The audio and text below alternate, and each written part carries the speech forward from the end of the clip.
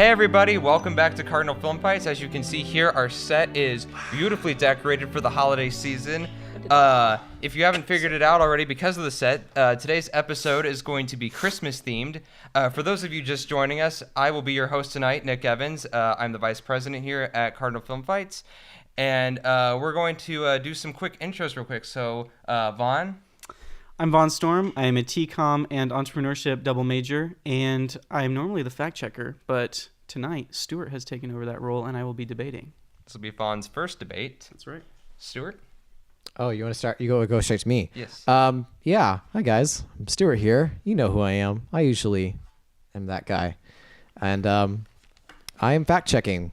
So I have a laptop, and I'll be probably on Facebook. He's very bored. JK, I will take my job seriously. Please do. All right, Mark. Hi, I'm still Mark Rollins, and I'm still a theater education major. Yeah, not much has changed. This is your third debate, right? Yes, this is my third debate. Very excited to be here. Always excited to be here. I'm operating on 2 hours of sleep, so it's going to be a ride for all of us. It always is. Nevin? Hi, my name is Nevin Markton. I am a telecommunications major and a double minor in digital media and screenwriting. And this is my third time on the debate as well. That is correct. All right. So, for those of you just joining us for the first time, welcome. And so today, guys, don't forget Morgan. Oh. And also behind us is our lovely production assistant, party of one today, because everybody else is busy. Hi. Like I said, for those of you just joining us, allow me to go over the rules real quick. Not that you guys necessarily need it, but for those at home.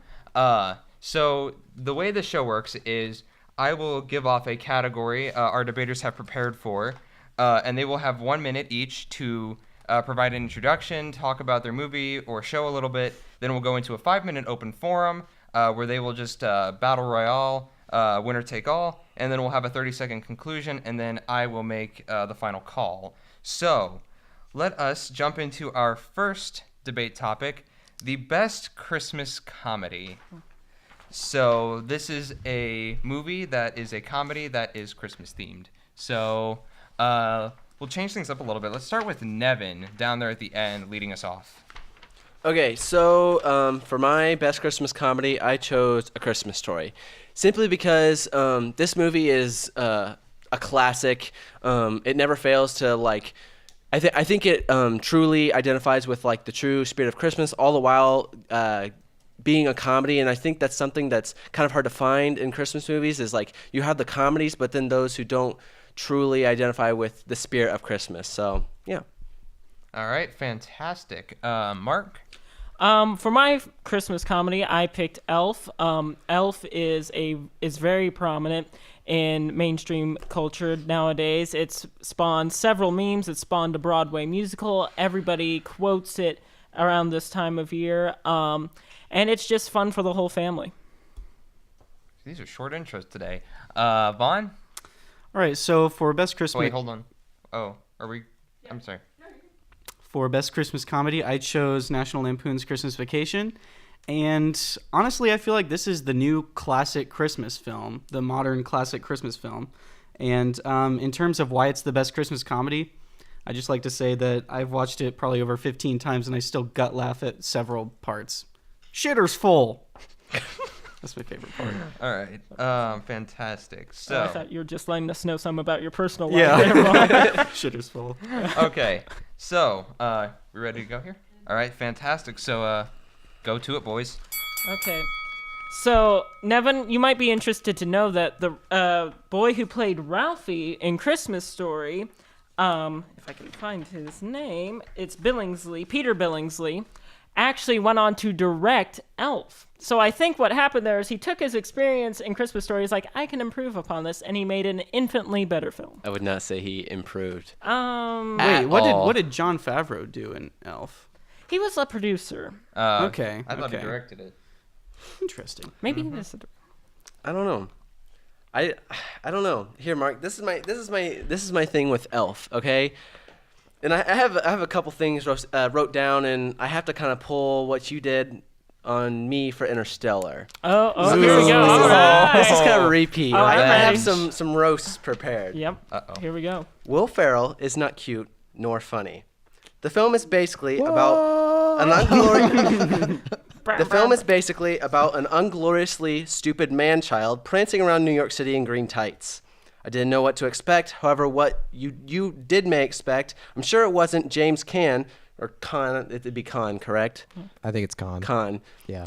a writer, eventually to love his son, a whack job elf, who had never been existent in his life before. Elf was garbage due to its comedy.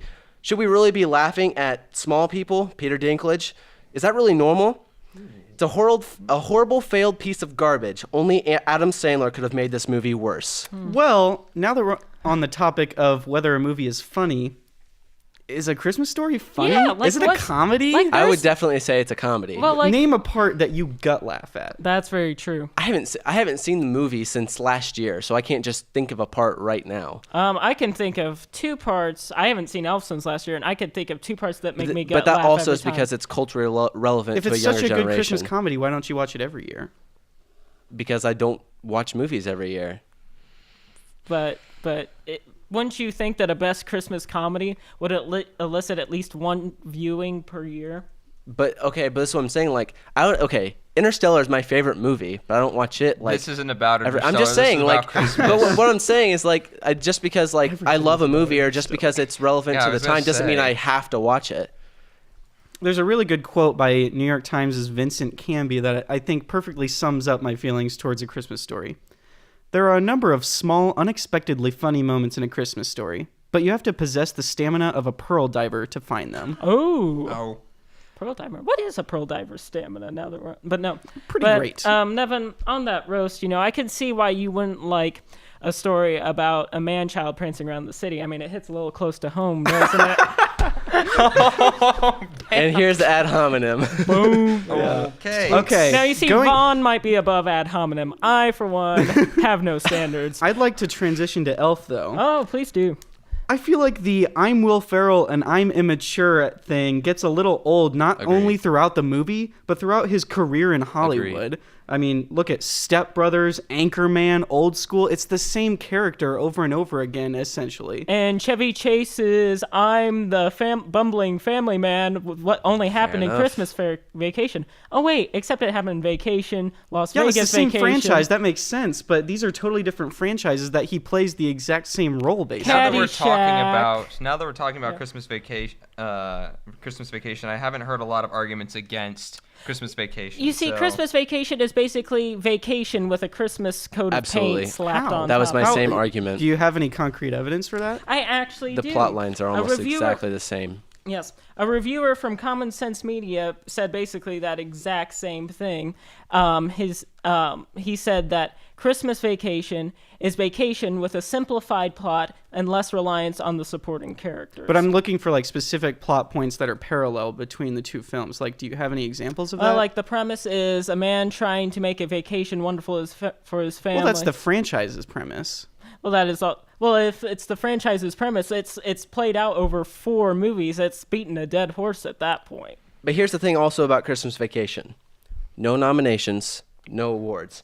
Does it Elf. have to be a good comedy to get? Does it have to But get what I'm sa- nominations what- or what I'm awards to saying be a is, good like, comedy? if it though? has that, it just proves that it is better standing. Comedies Elf, are it won. It, or critics no, are it was notorious nominated for a being Kids' Choice overcritical Award of and didn't comedies. even win. At least A Christmas Story won a Genie Award for direction and screenplay and was nominated for several others. Okay, but those are for things Let's like talk about facts, fun. Don't I you want know, to talk but- about facts? All right, that's the end of the round. That got a lot more heated than I thought it was going to. All right, so A little bit Stu- different from last week. Yeah, a little bit. Stuart, do we have any cleanup on that? Do you want facts right now and then conclusions, or? Oh, I'm sorry. Yes. Can we have conclusions first? Nevin, why don't we start with Well, I your started. conclusion? All right. Well, All Start right. again. Well, go for it. For my conclusion, basically, I want to reiterate that A Christmas Story, it's long lasting, but the comedy might not be as direct as Elf and National Lampoon's, but I think that's what makes it better. The comedy is more clever and, it, as you say, harder to get. So, like, Whereas yourselves, maybe not as deep thinkers, might not be able to get that comedy that you supposedly had to search for. Whereas Elf and National Lampoon's, it's like, oh, that guy like fell or shit in a toilet. Apparently, like I don't know. Like it's just that kind of comedy doesn't resonate. All right, Mark. I would like to say that I agree with Vaughn's analysis of A Christmas Story in that the humor is very dry, and you have to be predisposed towards that type of humor to appreciate it. But on the other hand, I also agree with Nevin that Christmas Vacation is a played out thing over 4 movies. If you've seen one vacation movie, you've basically seen them all. Elf remains a classic and culturally relevant because of its mix of quotable humor as well as physical slapstick. All right, Vaughn. First of all, I'd like to point out the fact that when you said the word apparently in your conclusion when referring to my film, it sounded a lot like you didn't even watch my film. Who are you talking to, Mark? Nevin. Okay. Another thing is the comedy in A Christmas Story it's not that it's clever, so it's hard to find. It's just that it's hardly there. That's why it's hard to find.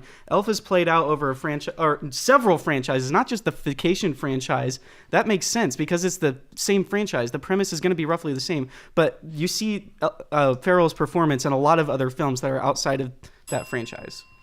All right, wow. Well done on the conclusions. Stuart, can I have that fact cleanup? This is not related to the debate at all. I just wanted to like point something out. Yes. I just like it's very, very difficult to debate this topic because like it's so subjective. Because this is Cardinal Film Fights. Well, I know, Cardinal I know. Fights, that's the Well, I know, point. but like this specifically, there's not a lot of facts if to back everything this up. could be agree solved comedy with facts, specifically is Yes, not that's what I'm wouldn't be a saying. debate. Like, say what? If it were completely objective, this wouldn't be a debate. All Well, right, I know that, but that- it's mostly what I'm saying is. Devin. Oh no. Hey, Nick, can you Yes. speak a little bit closer to the mic? Sure. All right, but yeah, I mean, I got IMDb and Rotten Tomato scores and some things, but going by what you said about the Common Sense Media about National Lampoon, it gave it a 3 out of 5 with a quote said, silly humor for the holidays, some iffy stuff. That's just like Common Sense Media rating on that. I like Googled top 10 funniest Christmas movies, and if you want to know the listing on that, I do. National Lampoon's Christmas is number 1. Okay. With A Christmas Story number 2. Really? All right. And going all the way down, it looks like it is. Whose list is this? Is this just Google's? This is like New Jersey 101.5. What does it's New a radio Jersey station. know? Honestly, I don't think it's really that credible. I would, yeah. But Elf is number 8. Okay. So, and with that all being said, if I you have want those? Rotten Yeah. Tomato scores, I do. A Christmas Story has an 89%, and Elf is 84, Okay. with National Lampoon at 64%. So those are Rotten Tomato scores. Okay. See, I can fact check. Right on. Morgan? No, I thought it was a really good round. Everyone had some good points. I would personally give it to Vaughn. I think he didn't have a lot against him, and what he did have, he did really well at coming back. But it was really, really good. I would agree with that. All right, so I do have a ruling. Vaughn, I'm going to give you first place. You did a good job rebuttaling Mark and Nevin's points about it beating a dead horse with the plot, and you also did a very good job tearing down Nevin's argument by mentioning that you really don't have to. There's really not a lot of humor according to you, and then you also pulled out that review, which kind of helped to solidify that argument. Second place, I'm going to give it to Mark. Because you also did a good job hitting both people. You also had good points of your own. And then, Nevin, I've got to give you a third on that one. There just wasn't enough. You just didn't do as well of a job defending For sure. their arguments against you. Though you did help to tear down keeping Mark from getting first place by attacking So him. you're welcome, Vaughn. Hey, Nevin, I deserve everything I got. All right, so moving on to our next question. We are going to do Best Santa Claus. Heck yeah, we are. So, this time around, we're going to lead off with Vaughn, with his choice for Best Santa. For Best Santa Claus, I chose Edmund Gwenn, who played Santa Claus in Miracle on 34th Street. And all that I really want to say about it is that for his performance as Santa Claus, he won a Golden Globe for Best Supporting Actor and an Oscar for Best Actor in a Supporting Role for his portrayal of Santa Claus. And he's number 1 on Watch Mojo's top 10 list of greatest Santa characters, whereas the other 2 aren't even mentioned on that list. All right. Mark? I picked Alec Baldwin from Rise of the Guardians for my Santa. I like the fresh direction that he takes. While while Edmund Gwenn did kind of originate the role of Santa, he didn't really do anything unexpected with it. Santa was what everybody pictured as Santa. Alec Baldwin, on the other hand, was Russian. He had tattoos. He had an army of toy-making Yetis, and he wielded dual scimitars. If there's not something for everyone there, I don't know where you can find a better Santa. Okay.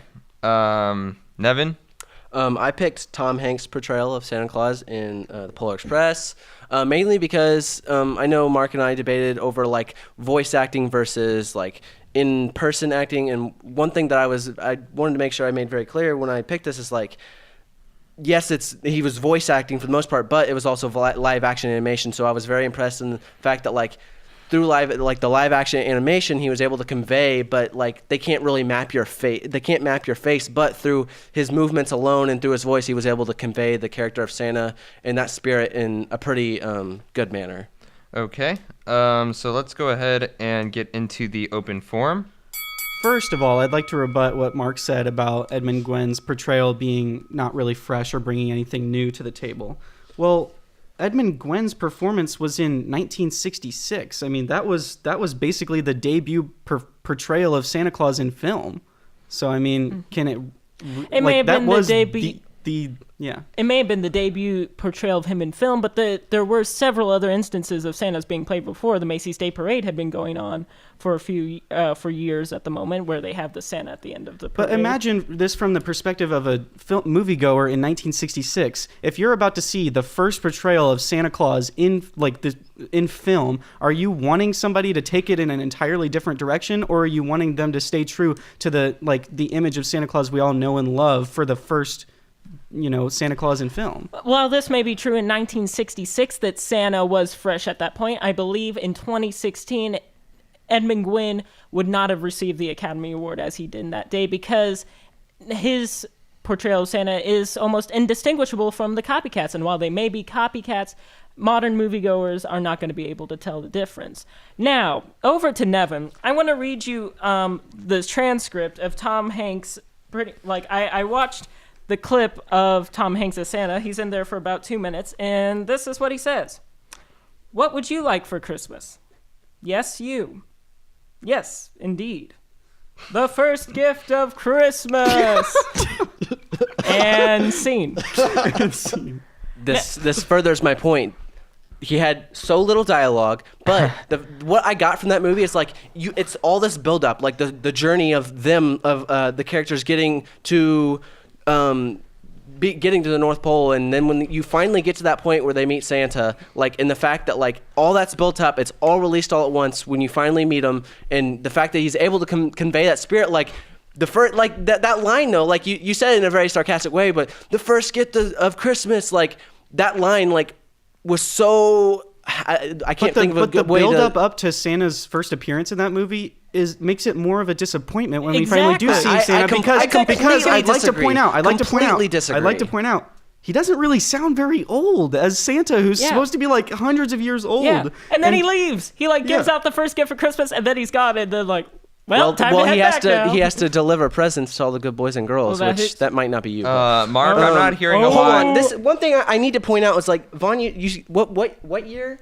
1966. I have it as 1947. That's correct. I was going to wait for after, but it was 1947. Miracle on 34th Street. Okay. I was pretty sure on that, but I wasn't. That even more proves my point that it was the debut performance of Santa Claus in film. I was going to say that does. I don't think that's a good argument, though. Just because it was the first one doesn't make it the most culturally relevant and accurate performance of what we believe to be Santa. So what makes yours more culturally relevant then? Well, exactly what I just said. Like there was all this build-up, and because of that, he was through only a couple lines. He was able to convey this spirit of Christmas. If you go ask people who are fans of Christmas movies, what's the best Santa Claus in film? Nobody is going to say Tom Hanks. Yeah, but nobody's going to say any of these movies. In fact, I'd venture to say that if you ask people who are fairly well versed in film, most of them are going to say Edmund Gwenn.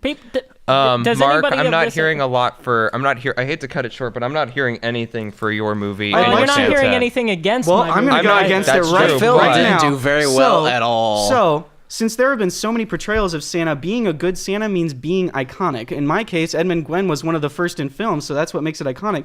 But the point is, people should remember your Santa if it's iconic. And I wouldn't call Baldwin's Santa iconic, considering I Yeah. had never even heard of Rise of the Exactly. Guardians until this. And not a lot of people went to see the movie Yeah. at all. You It know, was- it only grossed a little over 100 million domestically, and for a film that came But out in isn't the 2012 or 2013, Is it- that's not that impressive. Is it really the actor's job to make Santa iconic? Because Santa is already an iconic figure. He doesn't need help being made iconic. What he needs help in is being made fresh, being reinvented. But this And- wasn't a fresh take. He But was that's- just because you're fresh doesn't make you the best. But But it okay. doesn't make you the worst. Taking this with when you consider most of the audience who view these movies are going to be American. The Russian Santa in It makes sense. He in lives at the Guardian, North Pole, like just, Siberia. it just doesn't work for the American public. So like. Oh. I don't think it was the best portrayal because of that. Not Are you to be saying- like nationalist or anything, but like Well, here's the deal with you saying that if it's fresh, then it's better or more I didn't say iconic it's or better. more iconic. Excuse me. Well, by that logic, you could say that Jack Skellington's Santa is iconic and one of the best Santas simply because he's skinny and literally a skeleton. All right. We're gonna go to the 30-second conclusions. And Mark, why don't you? no, Vaughn has to start. All right, we'll go with Vaughn. Good God. Right. Good golly. All right, Vaughn. With your conclusion, Who start? Oh, he's taking his time. he is taking his sweet time. All right. So I just want to reiterate the fact that Edmund Gwenn was 1947. You said it for me. That's insane. That's insane. Like you wouldn't expect somebody to bring a totally like out of this world performance, like I should say otherworldly performance of Santa Claus for a film that debuted in 1947, where it's like the first appearance of Santa Claus. You want it to be true to the like image of Santa Claus we had at that time, which is fat, jolly old man. All right, Mark, Okay.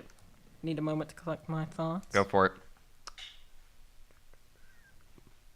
So my constituents are claiming that I'm saying that different necessitates or better necessitates different. I'm not saying that. I'm just saying in a world where you see one Santa, you see them all, it's appreciated to see an entirely different take on Santa, and I argue that it makes him more memorable.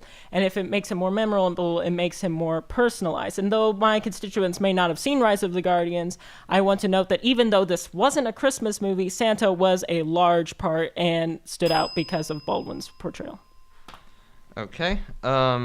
Stuart, I want. What about Nevin? Nevin, I'm man. sorry, Nevin. I've done that like 3 times. It's fine, man.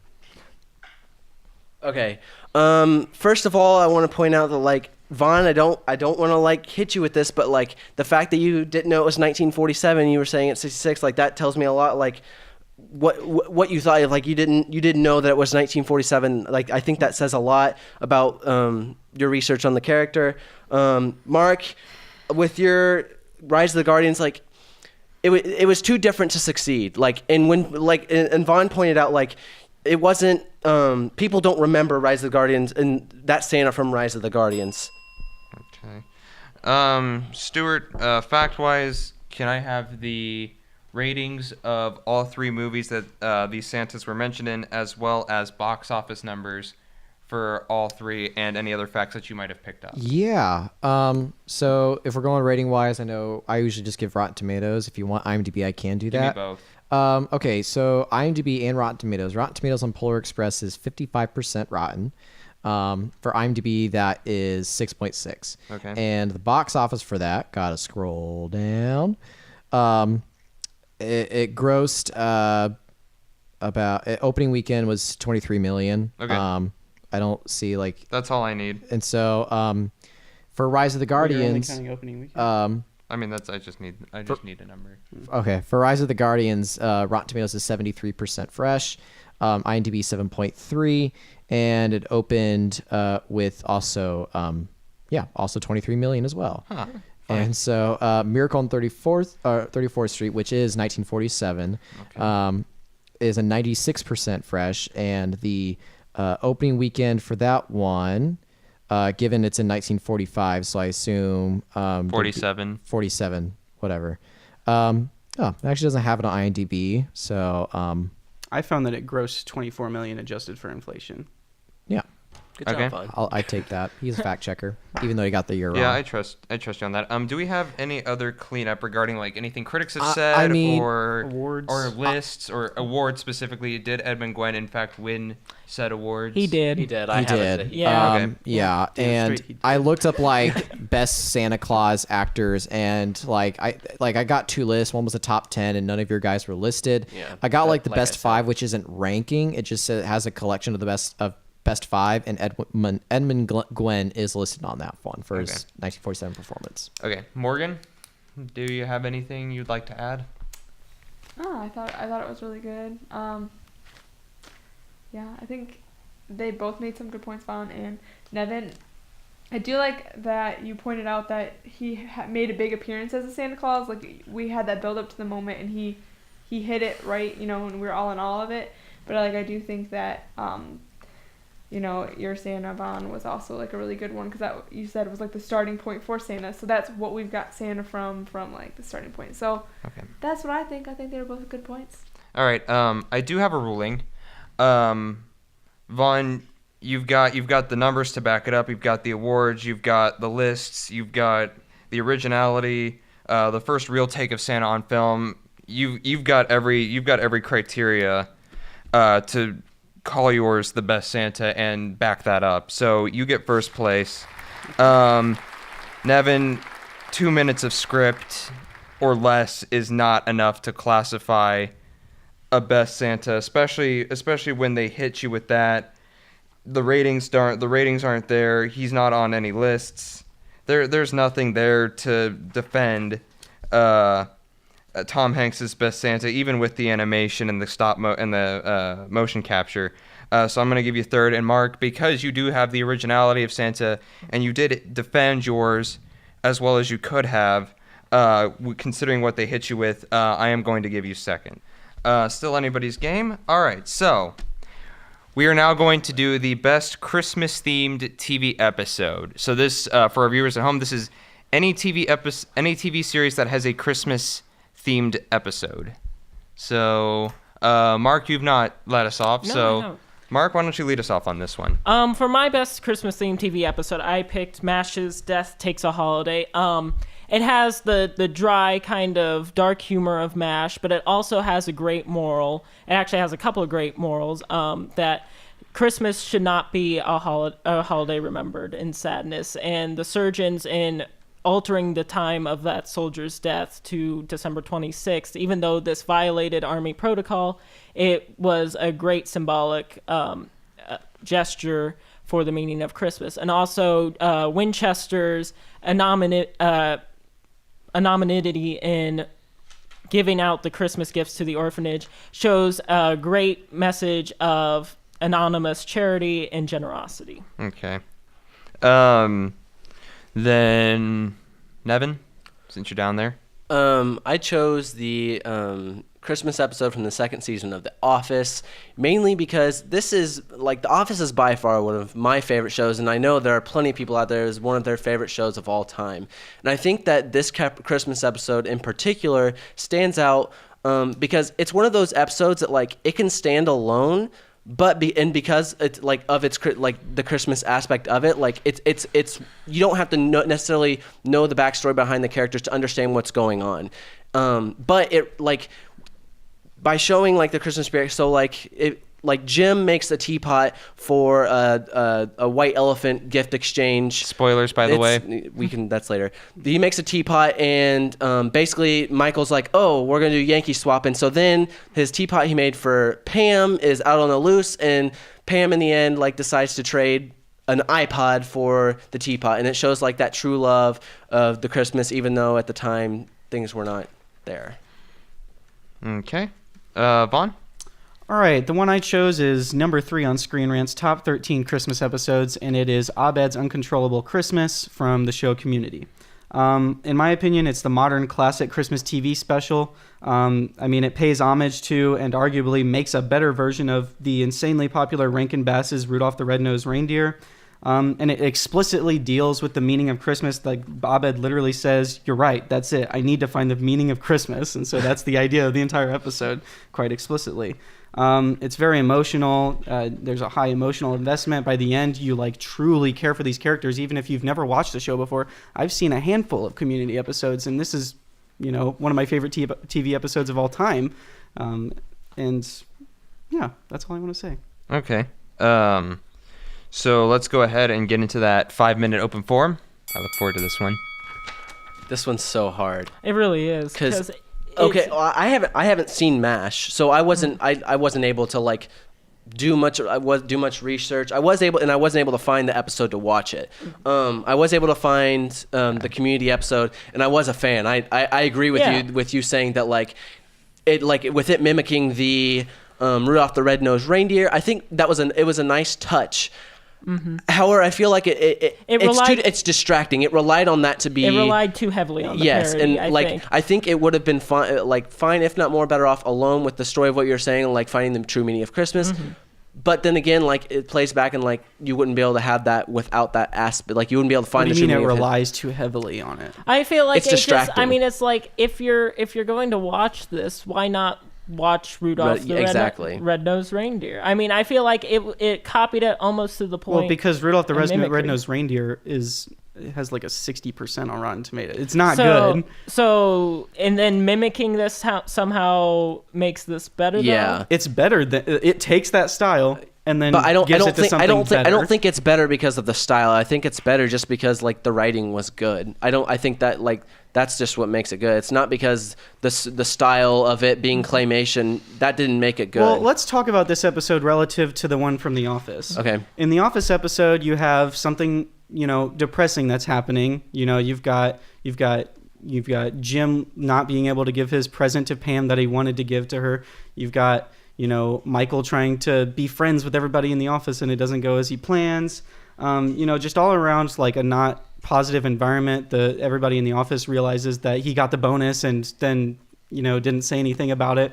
And what they do is they drink to just forget it. And by the end, that's not really like reconciled. True. It's just they drink to forget it. Yeah, okay. And it is. Whereas the characters in Community, there's a lot of depression with that one. Like even John Oliver's character in the episode, he's depressed about something, and like in the end, everybody still comes together to support one another. So are you saying that The Office doesn't have a good moral? Is that what you're getting at? Yes, I'm saying that The Office. Then you could say that like Community, this is the thing. Like Community, it wraps up like that specific story with Abed.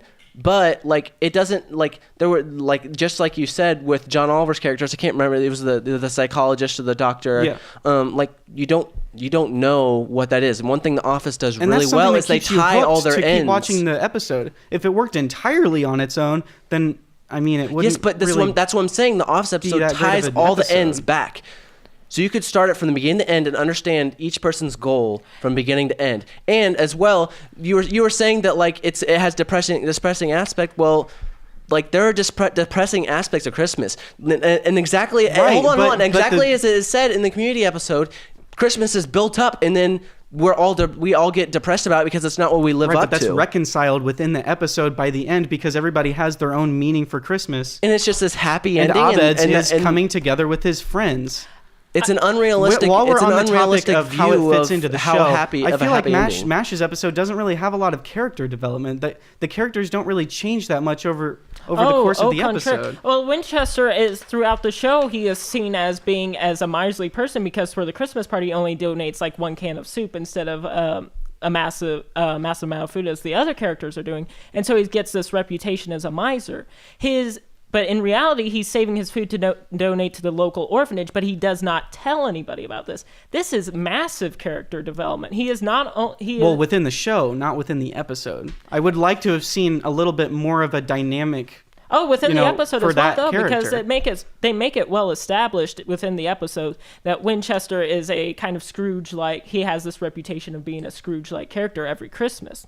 But at the end of the episode, it's revealed that he has a tradition in his family where they do one single Right. they do an they unselfish donate act. it anonymously. Yeah, anonymously. Right. And so I feel like that's But massive. I feel like that's set up right in the beginning of the episode, and he doesn't change by the end of it. Like, sure, yeah, like they set it up like, he's a miserly person, he's a Scrooge-like person, and then 2 minutes into the episode, he gives the gifts, and from then to the end of the episode, he doesn't change. He's still the same person, and the same can be said for the other characters. He doesn't change, but the way people pursue him, because Klinger finds out, and he actually changes his view on Winchester and protects his secret when it was threatened of getting out. And so it develops the relationship between Klinger and Winchester, not necessarily just Winchester's role in itself. We got 2 seconds left. Yeah, Just let it go there's down. Just let it tick down. There's nothing Just wait. Let it died die off. slowly. So, all I was allowed right. to say that, right? So we're gonna do our 30-second conclusions Okay, now. I start this Yes, one? yes, Yeah, you are more than welcome All to. right. Right, I'm starting this. Okay, so there wasn't a lot said against mine at all. It was mainly fight between Community and The Office on their themes and morals. And I feel like that I defended what attack was against me very well. That while Winchester may not have had major self-discovery, the relationships between the characters did evolve, and that's kind of what MASH is all about, because it's all these diverse army people crammed together in the Korean War, kind of coping with each other in the situation. It's time. All right. Nevin. Going off what you said, yes, there was not a lot of like things attacked to yours, maybe because I don't think it's not really relevant. I haven't said I don't know about Vaughn, but also you didn't really give anything to like say why it's better. I did. Office, all ends are tied. It could stand alone as its own episode and everybody would be able to understand it. I think it gives a different view of what Christmas spirit can entail. And it was pretty well received by audience. It received some more awards from the Primetime Emmy Awards. 9.7 million people watched it. Okay, that's time. Vaughn. All right, so MASH, I stand by my claim that the episode has very little character development. If you watch the episode, aside from the fact that he's set up as a miser in the beginning, and 2 minutes in, he turns into a giver, and then by the end, he's still a giver. Nothing has changed. No character development there. That's my main argument against that one. The Office, it deals with the problems surrounding Christmas in an irresponsible way, I feel like. People just drink to forget the problems. For example, Michael's $3,000 bonus. After everybody drinks, nobody ever brings it up again, not only through the rest of the episode, the rest of the show. Interesting. All right.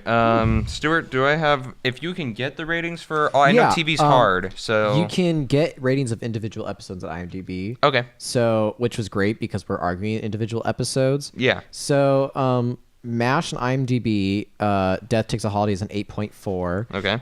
The Office Christmas Party is an 8.7, and Okay. Community's Uncontrollable Christmas is 8.8. Now, I looked up like the Screen Rant, and yeah, it looks like that. Well, I have it here. Community is number 3, and The Office is listed under that same list as number 10, and MASH Okay. isn't listed. I also looked up rankings on Nerve.com, and what I found was the Office is ranked actually at number 2 on that one, and Community number 7, and MASH number 19. So all three are listed on those. So, Okay. Morgan, do you have anything you'd like to add overall? Do you have an opinion? I think all their conclusions pretty much summed up most of what went on during it. So I think going off the conclusions, you can probably decide. Okay. Stuart, I mean, since we don't really have much of a crew here. Sound? I It's don't... the fire crackling. It's the fire. Oh, that's a fire. Does it actually crackle? Yeah. yeah, Why it did the audio crackles. just turn on? No, I think it's been doing that. No. Okay. So you're asking me what I think? Yeah. Oh, gosh. What does Dylan think back there, too, just because he is back there? Normally Bryson's back there in the sound studio, but because we're Dylan's shorthanded back there tonight, today. Dylan is running audio. Christmas miracle. But I don't know if he's thinking right now, but what I say right now is I think Vaughn, it ended up that your only argument for Mark's was the character development, and I think Mark saved that overall. Yours has the ratings to back it up, Nevin. So I think that when they both kind of tag teamed onto yours with the whole moral of their themes, dang fire. I think that kind of knocked you down a notch. But overall, I think I got to go with this is just mine. This says not to be yours. I think I give it to Mark, Nevin, Vaughn in that order. All right, I do have a ruling. I am going to give first place to Mark. Not only did you pointed out the humor, you also pointed out the morals, and nobody hit you on those morals. And because of that tells me a lot that, regardless of whether or not everybody here has seen the episode, the fact that, I know Vaughn watched it because I saw him watching it, and that he did not hit you on those morals, tells me that he either couldn't find a flaw or there just isn't a flaw in the episode. You do have solid ratings. While they are not the same as your contemporaries' episodes, you do have a solid rating. You also did a good job hitting both of their episodes, and you did a good job overall defending the one argument that was made against your episode. So I am going to give you first place. Thank you, Nick. Second place. Good job, guys. It's good. Thank you, Stu. Second place, I am going to give it to Nevin because Nevin did do a good job pointing out his episode. However, this is just very barely, I want to point out, very barely did you crack second place because you did rebuttal Vaughn's arguments for the most part. The one that you didn't really mention was the drinking to forget their problems. However, you also did a decent job hitting Vaughn's episode. And then Vaughn, you do get third place just because I didn't really hear a lot about your episode, why it stood out above the other two. You did do a good job hitting Nevin, but you didn't really hit Mark.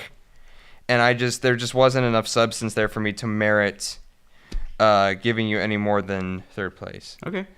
So moving on to our last round, which this is, can I have a score real quick? Yeah, we have Vaughn and Mark are tied with 7 points. Oh. Nevin has 4. Oh, I have Alright. 4? I thought I had 3. That's okay. I'm better with 4. All right. So I can't win. So it's still anyone's game. This is right? still No, not mine. I this can't is- win. Oh, no, you could. This is No, I still. can't. It's still Oh, a it's point. double. Oh yeah. Yep. Yep. So wait, it's 6. So I would Yes. get 10. So for those of you who haven't seen the show before, the last round can't we win. save as a double points round. So first place will receive 6 points instead of the usual 3. Second place will receive 4, and third place will receive 2. So this is still well within anybody's game to win first place. So no pressure, but there's a lot of pressure. So our last one, and I saved this for last because this is one that is dear and near to my heart. Best animated movie, and for those of you wondering, I also do count animated Christmas specials in this category. So let's see. Everybody's had a chance to lead off, correct?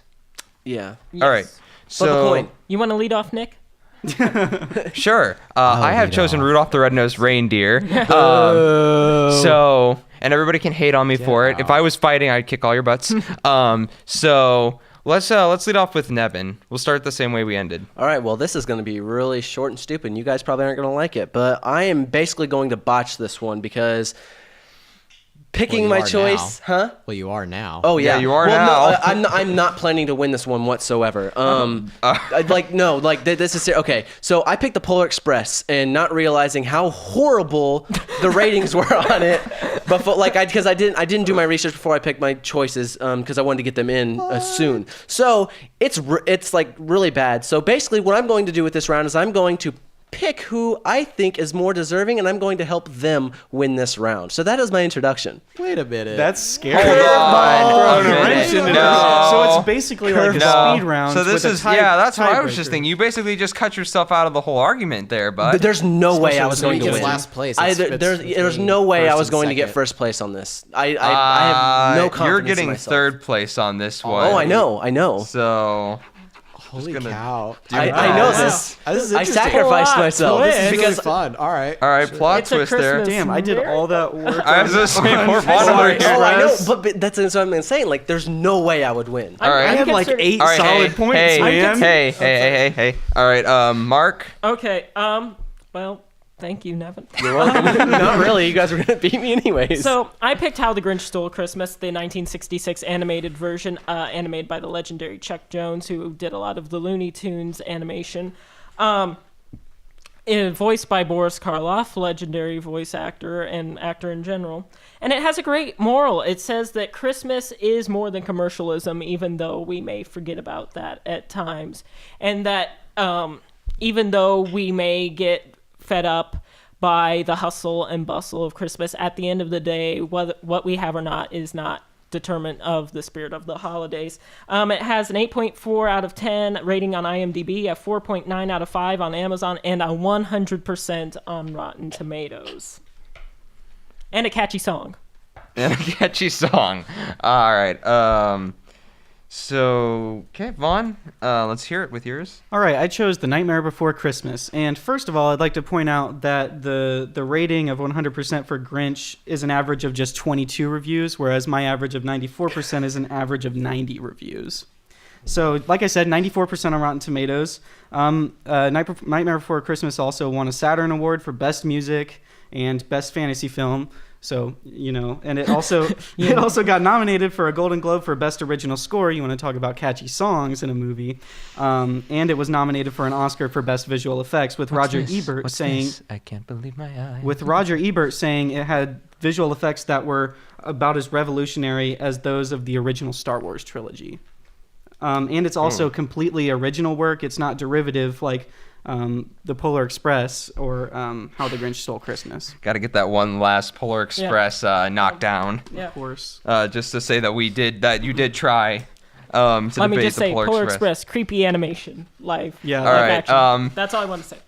Okay, going in. Like, especially when they sing, it's so weird. All right, going into the 5-minute open forum. Let me start. Okay. Okay, I have chosen who I will defend. Wait, why? What? I'm will not defend- going to factor in any of your points that you make. How? How would they not be more relevant? Just I'm not going. This is going to come Guys down to better the jump chops in of while their the own clock's debaters. that is. I, Wait, I would. this is still running? Yeah, the clock's running. Just Yeah, say clock's what you were going. going to say. I'm defending Vaughn. Okay. All right. So here, these are attacks against Mark. On like it doesn't discredit mine. It shouldn't discredit Vaughn either. Okay. So this is what I have. Another roast. Oh. The Who's are a tribe of annoying little shits. Okay. Okay, can we have some objective things here? Now, Vaughn, my argument against you is that Nightmare Before Christmas is too Halloweeny to be a Christmas movie and too Christmassy to be a Halloween movie. Only one song actually has to do with Christmas, and that's what all the other songs have a creepy overtone to them. The moral that I'm getting is don't try new things, you'll just ruin life. Because Jack Skellington tries to try something new. He's like, you know what? I'm going to get out of the humdrum of my normal life, try to be Santa Claus. I'm like, no, Jack, you're ruining Christmas. Just go back to your little spot as the Pumpkin King. He does get blown up. He does get blown up. Let's see. There's a song about kidnapping and torturing Santa Claus, and another song about. Well, that's not done by Jack Skellington. No. That's done by the evil little people. Yeah, does that make it better? It's done by kids. It's done by kids. That doesn't make it that doesn't discredit the movie at all. It doesn't No, discredit. It discredits it as a Christmas movie. Is this really what we want to teach our kids around Christmas time? It's produced by Tim Burton and conceptualized by him. That you can't should be your expect it to first be warning. hoity-toity. That should be your first warning that this isn't a happy-go-lucky. Christmas movie. It has another Christmas song is about in the title. I'd like to mention that. Christmas is in the title. Also, So is you How were the talking Grinch- about bringing freshness to Santa Claus. How about bringing Yeah. freshness to Christmas by giving it a Halloween edgy aspect to But it? it's not. It's bringing a Christmassy aspect to Halloween in more reality. There's Not No. really. The entire idea is Jack Skellington trying to, bring Christmas to Halloween Town. And And it's failing more miserably. Christmas it's taking Christmas over Halloween. with Halloween and overtones. failing miserably though. No. Okay, so first things first, I wouldn't even consider yours a Okay, movie. really quickly. Yours sorry. is 26 okay. minutes I'd like long. to get. Hey, I'm actually debating. Can I please point out that the Grinch is basically a Christmas Carol under a different name. You've got a mean guy who hates Christmas and has a change of heart, quite literally in the Grinch's case, and discovers the true meaning of Christmas. There's also the fact that Cindy Lou Who is essentially the same emotional appeal that changes the Grinch's mind, much like how Tiny Tim changes Scrooge's mind. There's also the fact that the montage of the Grinch and Max riding down the mountain is incredibly repetitive and goes on for way too long. It takes up about a minute and a half of screen time, which is like 6% of a 26-minute TV special.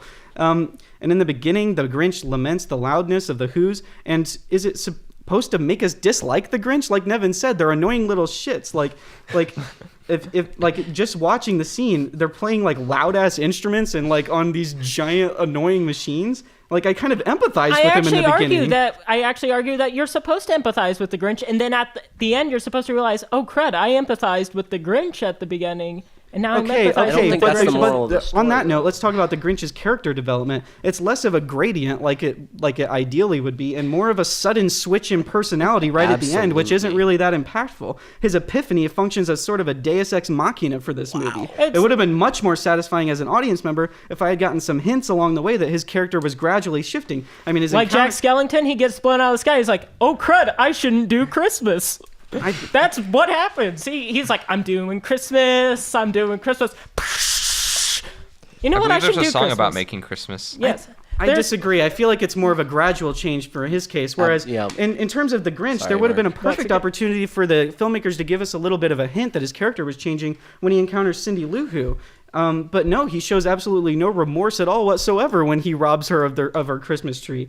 And I mean, like, the best characters are gray and nuanced, and the Grinch is just such a black and white caricature who only exists in extremes on the spectrum. Well, if Jack Skellington, that development really doesn't move the audience. Jack Skellington was going to show a gradient change as well. He should have shown remorse for kidnapping Santa Claus, for having Santa Claus kidnapped, but he doesn't show remorse until after he's blown out of the sky. It's like, oh crud, now I got to go get Santa Claus.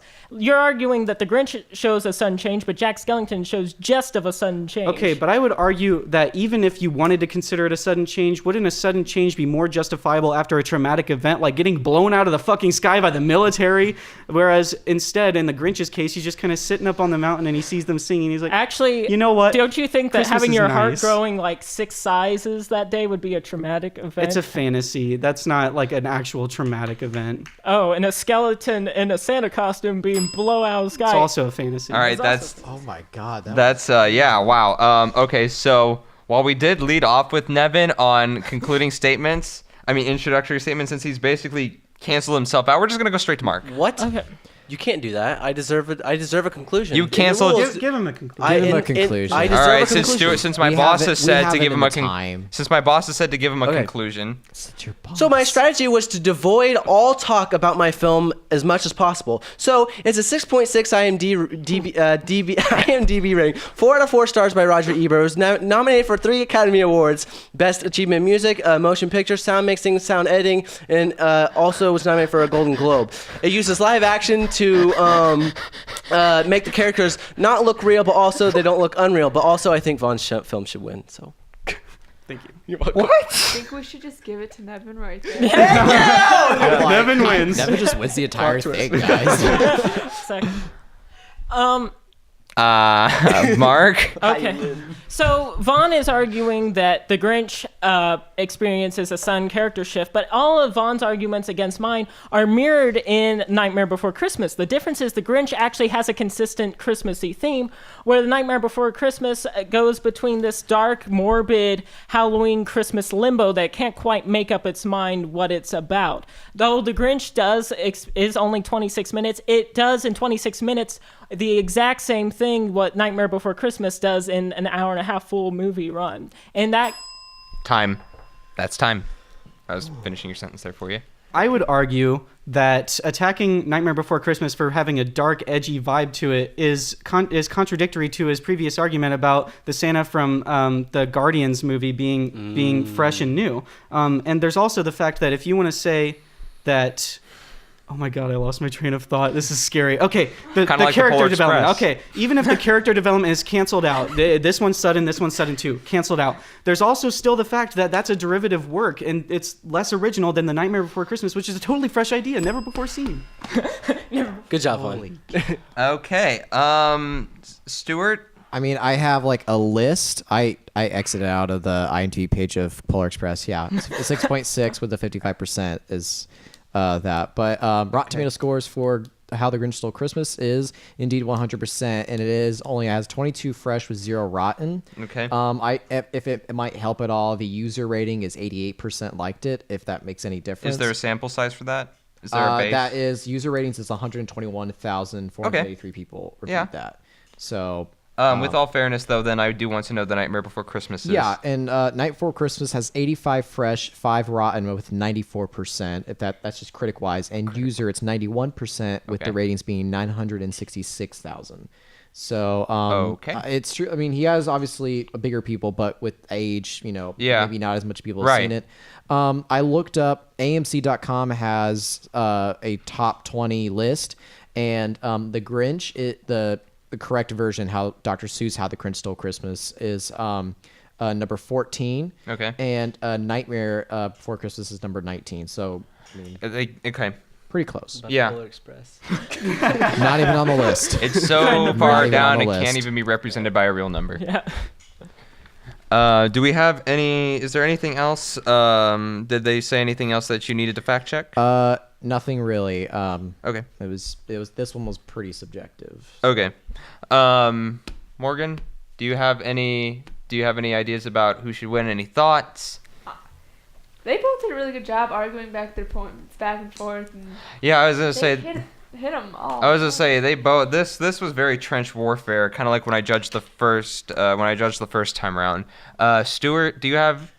Wow. I mean, you've judged more than I have. I think that Vaughn's conclusion saved him in my eyes. He did point out the fact that both of you guys are arguing the emotional journeys of your characters, and Vaughn argued that both the points they're arguing are very similar. So if you take that away, he had an additional few arguments, I might add, not just one more, but a few arguments on top of that. And so if this is just personally my opinion, I mean, it's just by the hair, I think Vaughn got it with his conclusion alone. And that's first, and Mark second, Nevin third. Can Dylan hear us at all? Yeah, Dylan, what's your thoughts? He's back behind me. Like I said, he's in the studio. He's talking. Okay, excellent. Hi, Dylan.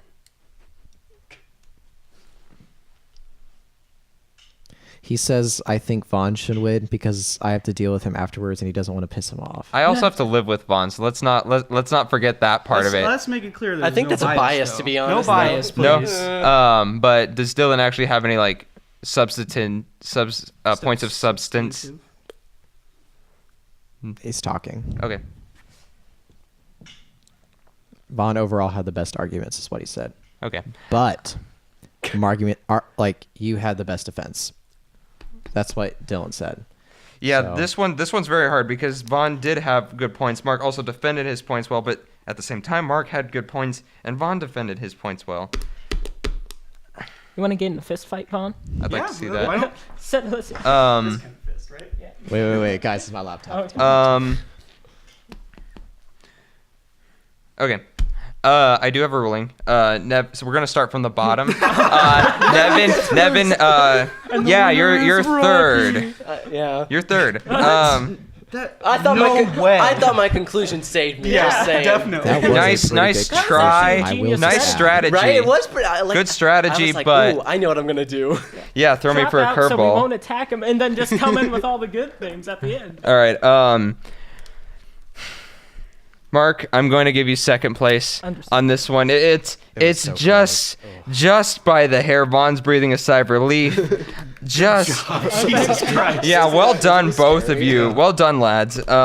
Just by the hair is Vaughn going to eke this one out, and it's mostly based on the reviews. I wouldn't have considered the reviews except when the audiences and I mean the reviews kind of canceled each other out because while the audience on Rotten Tomatoes did give it a higher rating, AMC did give Grinch a higher rating, so I just kind of canceled that out. But overall, I mean, I think what really kind of sold me was Roger Ebert's effects. Comparing it to Star Wars, that's Oh yeah, that's a that soft spot for you. well, it's a soft spot, but I mean for Roger Ebert to come out and say that's pretty big. That is. And the Saturn Awards, he's got the awards to also back But it up. arguments alone. Roger Ebert gave Polar Express a 4 out of 4. Just saying.